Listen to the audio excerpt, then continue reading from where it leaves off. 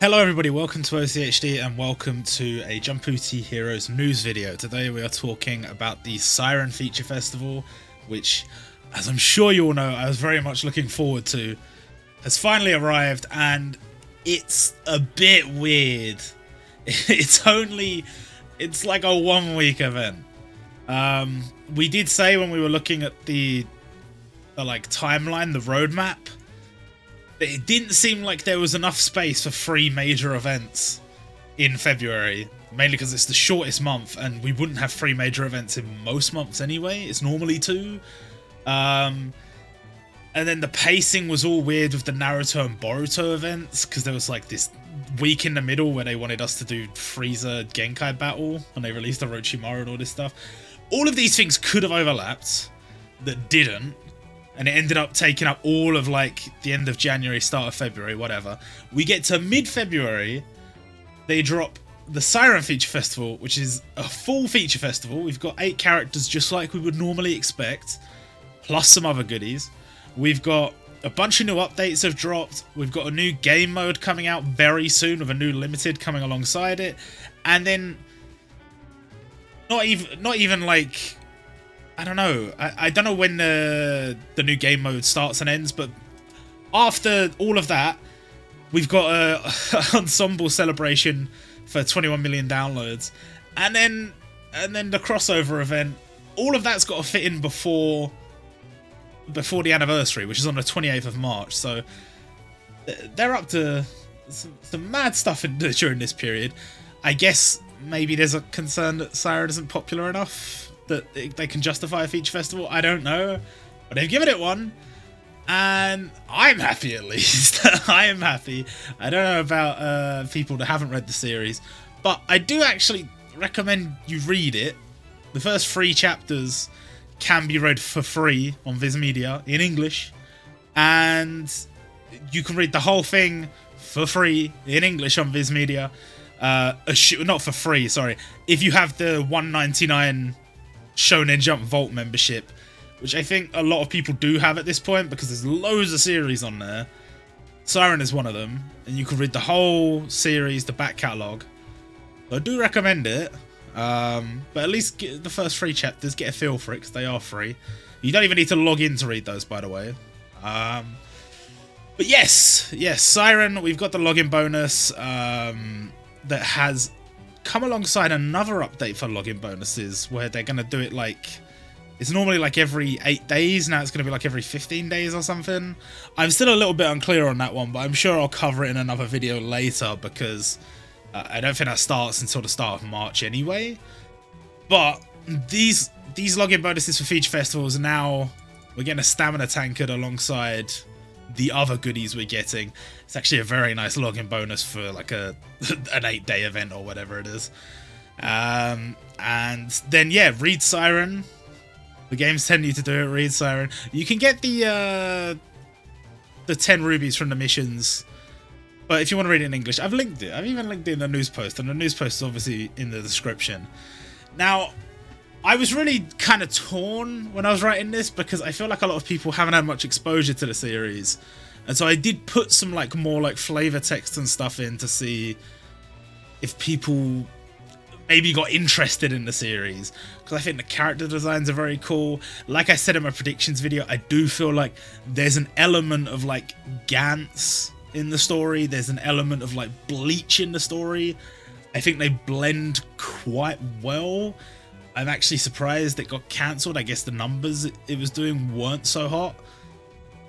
Maybe that's just kind of like I don't know, like it's not as popular in Japan type thing. I don't know. But I wanted to give people enough information that they kind of got what the game was going for here. And one of the issues I had was this, the red phone card. So the phone card, when it turns up in the story at the very beginning, Agaha is told you could just straight up sell that card for 5 million. And instead, he decides to use the card because he thinks it has something to do with the disappearance of Amamiya, who's in the background there. So he ends up using the card instead of taking the 5 million, and the game actually gives you that option to choose between selling the card and using the card. And if you sell the card, you get 5 million coins, but you don't unlock the missions. And if you use the card, you unlock the missions. But there is a second card you can get from a stage later on. It's this event here, but I'll show it later. And that means that even if you choose to use the card, you can still get the 5 million coins later. And if you choose the 5 million coins, you can still unlock the missions later. And it's not a big deal. But certainly when I was reading the missions at the start, I did think that was odd, because essentially if you took the coins, you would have been soft-locking yourself out of getting 300 rubies and a special emblem. So that's not great. But no, they have made another card available, so it's fine. The missions are hella straightforward this time. You don't have to max out anyone's luck. You don't have to do nothing. I'm guessing that's because it's a 1 week event, and they do feel like some people just aren't going to do the farming in time. Some people do like to take their time. And I mean, you've got like, what, 4 characters to get to 99 luck? Plus the legend summon, but I don't know. I don't think you have to do that much farming for the legend summon. I'm not sure. But yeah, it is kind of a lot, so I guess they only wanted you. They're just like, oh, just get it to 99. But you should max luck them if you can, obviously. That when new stages come out, you should always try and max luck them. And you do get 300 rubies plus a bunch of goodies from missions and stuff.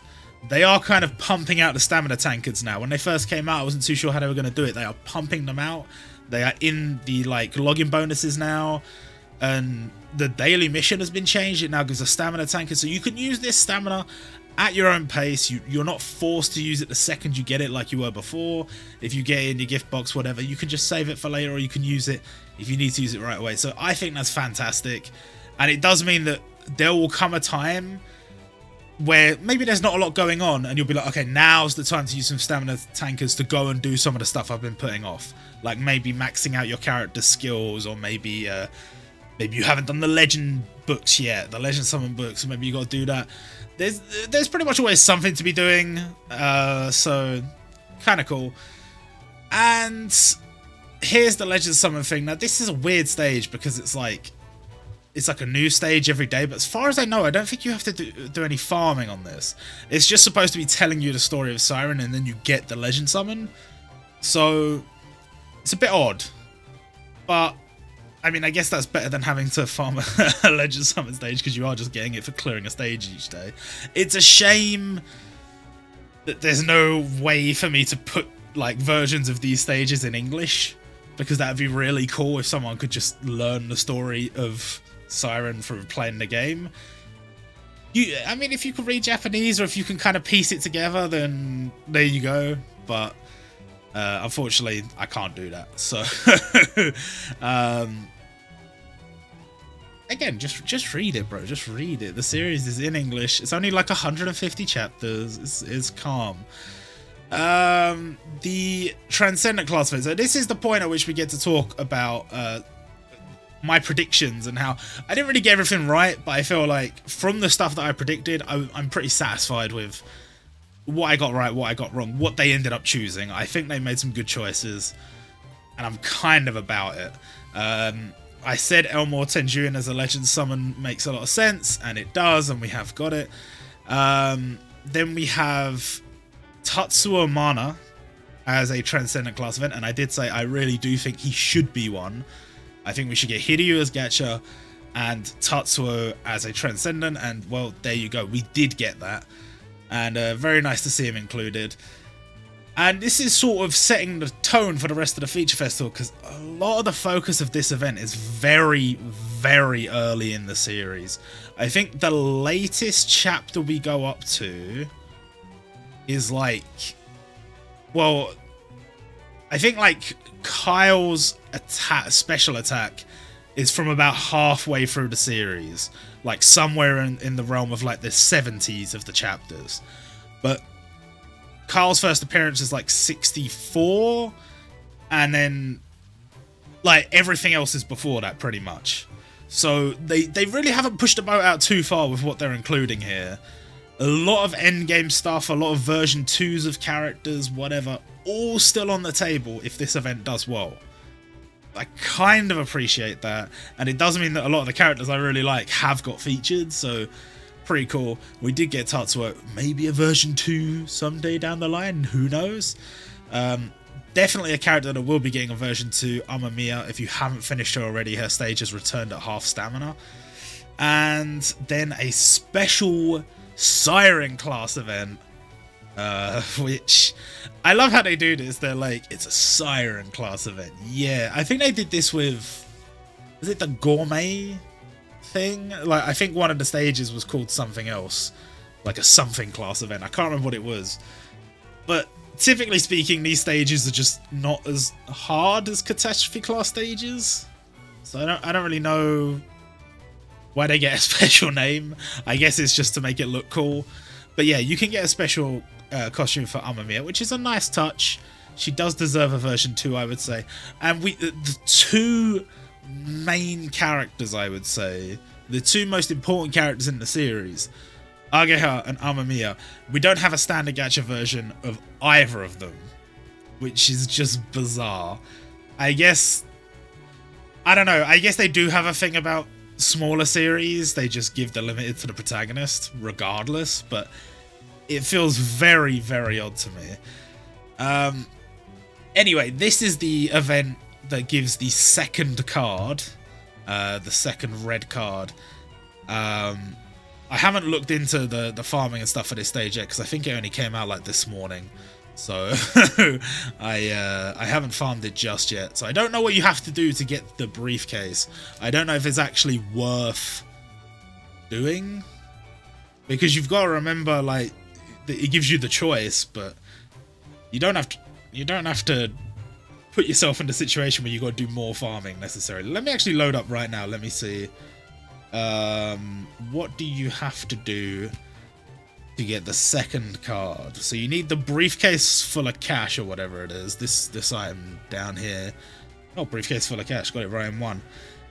And to get the briefcase full of cash, you need to exchange 3,000 books at the event store. So 3,000 books is, whoa. What else have they put at that price? That's the same price as a Muso door. So, is that worth it? I mean, how much is... That's like 100,000 coins is like 300 points, so 3,000 points would be 1 million, and you get 5 million. So, I guess if you really want the gold, like if you're low on gold, I guess you could get the second Siren card and go for the gold. Personally, I wouldn't recommend doing that. I'd take the first card, exchange that in for the used card, and then I would, when I'm farming this event, I would only go for stuff I want. I wouldn't go for the second Siren card. The only reason I say that is because this event is not very long. It's only like 7 days, 8 days. And you're gonna have to do a lot of farming to get everything in this store. So you got to do this store, you've got to do Tatsuo, and then there's going to be more stuff coming in the next couple of days, so I don't know if that's a good idea. But as you can see, they've included the Boruto characters and the boosted characters, and also Inosuke, which is a bit strange. I guess they chose Inosuke because he's sort of one of the only I think one of the only 5-star characters that it's set in stone that everyone will get when they log in at the start. I think that's right, because most of the characters you get at the start are 3-star, 4-star from the tutorial, and then you choose a 5-star, so everyone has a choice, so they could all end up with different 5-stars. And so I don't think there's any guaranteed 5-star you get until it forces you to do certain things. But Inosuke is given to you straight away, so maybe that's why they've done that. Maybe there's some other kind of Kimetsu no Yaiba conspiracy. That's also possible. I don't know. But Matsuri is farmable from this stage, and I did say she might possibly be a limited, and I was very wrong. But, hear me out. I have noticed that the developers have sort of changed their tone towards the like tutor type character. The powerful character who's been through it all already and she's training the new generation type thing. I feel like the developers have changed their attitude towards those kinds of characters, because I feel like they in the past might have been limited, and now it feels like that's more of an event unit choice. We saw the same thing happen with Ichiryu in the Gourmet Festival. Maybe it's just one particular team leader that's making these choices. I don't know. But yeah, Ichiryu, a lot of people said, yo, this is easily Toriko choice for limited. No, he wasn't a limited.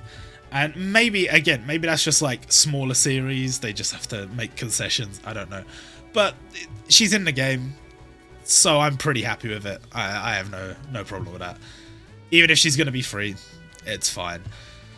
Then next up, we have Kagetora Yodo, another character I did think would be included. I thought he'd be like maybe like a daily stage type thing for the Psy training.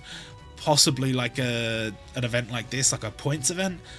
But no, he is a Transcendent, and I guess that's fine. It probably just means he's not going to be great. But again, just happy to see him included in the game. And then Dolkey, who is the only sort of out-and-out villain in this event. And a lot of people have been talking about how much they like his design and how much they do not like his name.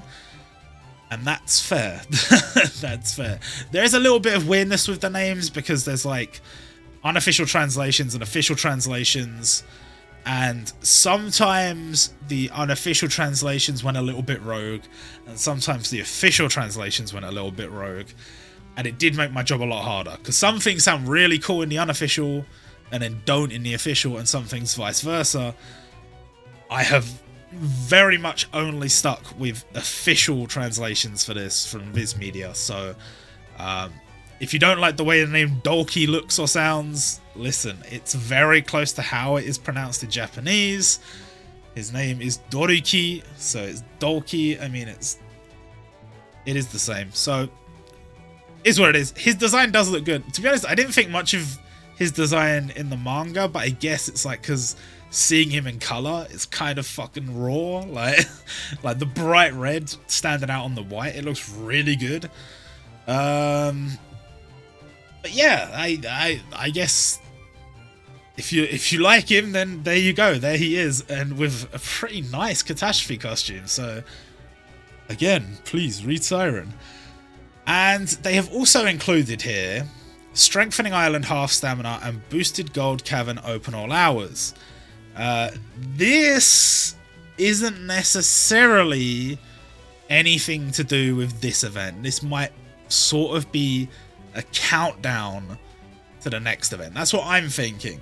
This is the kind of thing we would normally see in a countdown or special campaign for a milestone celebration. So it's not that surprising to see, but it is surprising that it was included in the news for this event. But yes, if you need any of these things, good opportunity to get them. I dare say they're going to do like the same thing again for the anniversary, which is in a month. So if there's anything you missed out on, yeah, you'll probably have another chance in a month or so. Then Siren Tower Boost, you know what the Tower Boost is all about at this point. I'm not a fan of playing Tower, so just going to swiftly move on. And the Siren Limited Gacha Ageha Yoshina. This is, for me, one of the weaker choices, mainly because I would say this version of him should be standard gacha, and I would say if you look at his animations, it kind of looks like maybe he was intended to be standard gacha, not limited. I don't know for sure. Kind of looks that way to me. I will of course be summoning on him because I am very excited to finally have Siren getting some proper content. So you will see summons from me possibly in another video soon. But yeah, I mean, I think having Ageha as a limited is fine, and I think there are versions of him you'd maybe choose as a limited. I don't know. I feel like this version maybe should have been standard gacha. There's still options in the future for him to get standard gacha and maybe like a farmable version and whatever, but that's all going to depend on how well this event does. So I'm going to do my part and summon for him. And then the new Heroes gacha, what a lineup. I would actually say this lineup is better than anything I predicted. We got Oboro, we got Hiryu, and we got Kyle. Admittedly, that does mean that Kabuto Kirisaki does not make it into this event, but hey, could be saved for later, you never know. But yeah, very strong choices. The only one that's kind of not with this part of the story is Kyle. Kyle is from a little bit later in the story, but for the most part, this entire event has focused on very early stuff. It hasn't focused on any of the end game stuff, so I appreciate that. Maybe in the future, they will nice us and give us a second feature festival. You never know. You never know. The Defeat Dolkey Battle Ready Gacha, which you should not summon on. And this one was really funny. Kenshiro is returning on a solo banner, I think for the first time since he came out. I think for the first time since Kenshiro was officially added as a limited to the game, he has returned on a solo banner. And he's part of the Siren Feature Festival, but not really. I think the reason is because he is frontline, going to be quite good against Dolkey. I could be wrong. I think that's the case though. And he is being touted here for his copy ability, because you can use copy to get the most out of Ageha. So I wonder if this is something I'll do moving forward, and we'll maybe see reprints of copy characters coming alongside characters that are strong on the front line and have a strong support. But I guess we'll see. Pretty good for anyone that doesn't have Kenshiro, but anybody who knows will know that I already have Kenshiro for sure. So not for me.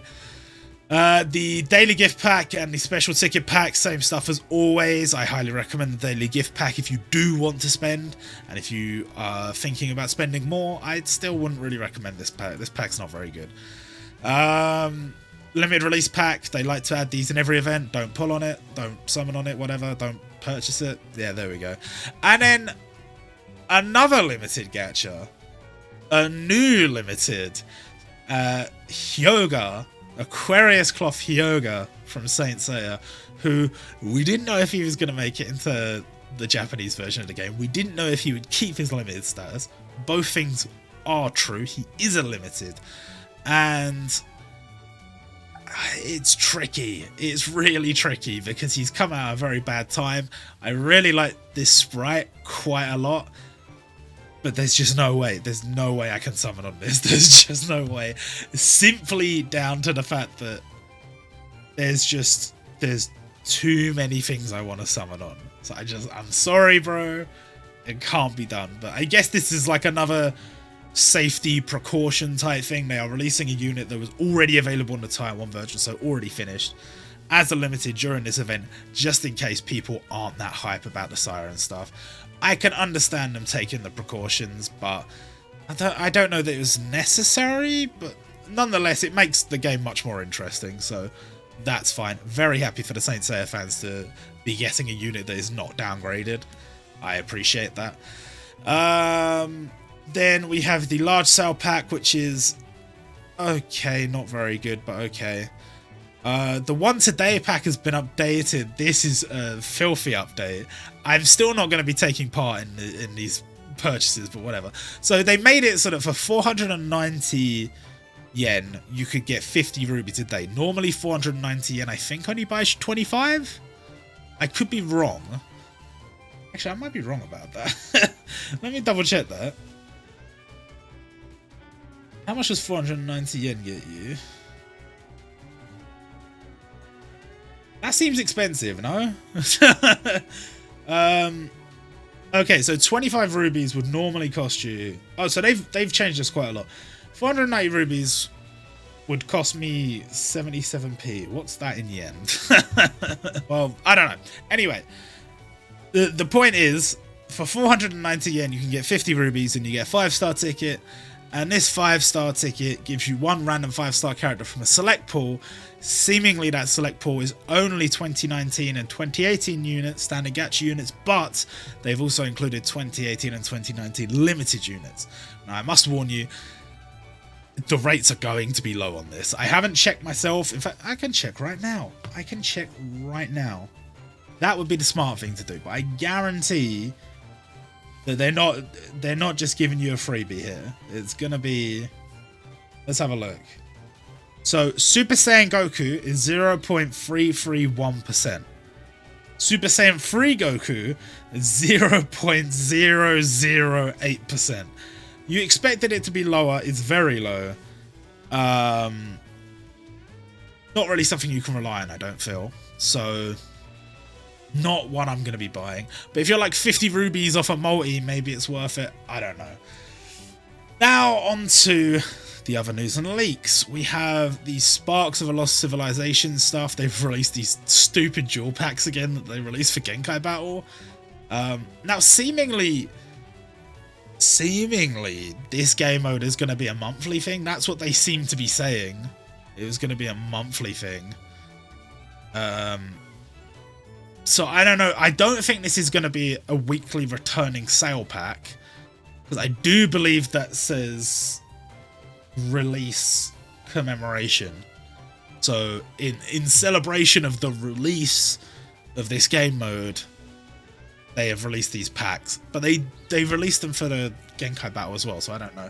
But if hypothetically, if you had purchased all three during the Genkai Battle and then you then purchase all three during this, you will have maxed out one character's skills all the way and received 18,000 rubies, and it only cost you 60,000 yen.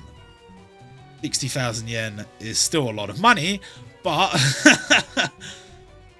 I guess that's something. I don't know. Is that good? That's not good, is it? That's not good. Anyway, Popular Tower Heroes returns. This time they are returning the super cancerous support characters. I can see a lot of whale summoning on this. I don't recommend an average person summoning on it, but I could definitely see whales going for skill levels on their characters via this gacha. And Trafalgar Law will return as a limited for Popular Tower Limited. So Tower Week must be coming up probably after the Siren Week, I guess. I don't know. But look forward to that. And the Countdown Super Special Sale Pack. This will probably be the countdown to 21 million downloads. So this will probably come in the next few days, I guess. 500 rubies for 490 yen. Not bad. Not bad at all. This is where it gets weird. We've got the double 6-star pack, which I never really recommend, but it's not that expensive. So if you're desperate, then go for it, but I really don't recommend it. These packs, however, the pricing is kind of the same, but they're specifically featuring certain characters that are good supports in Tower. So that's kind of interesting to me. And if I'm not mistaken, all of those are 2021 units. All of those are 2021 units. All of those are 2021 units. No. Not on the blue one. Because Daigoin Jackie is not, correct? He's from 3.5 anniversary, so that's from 2020. But he's the standout here. Everyone else is from 2021. And then on this top banner, they're not all from...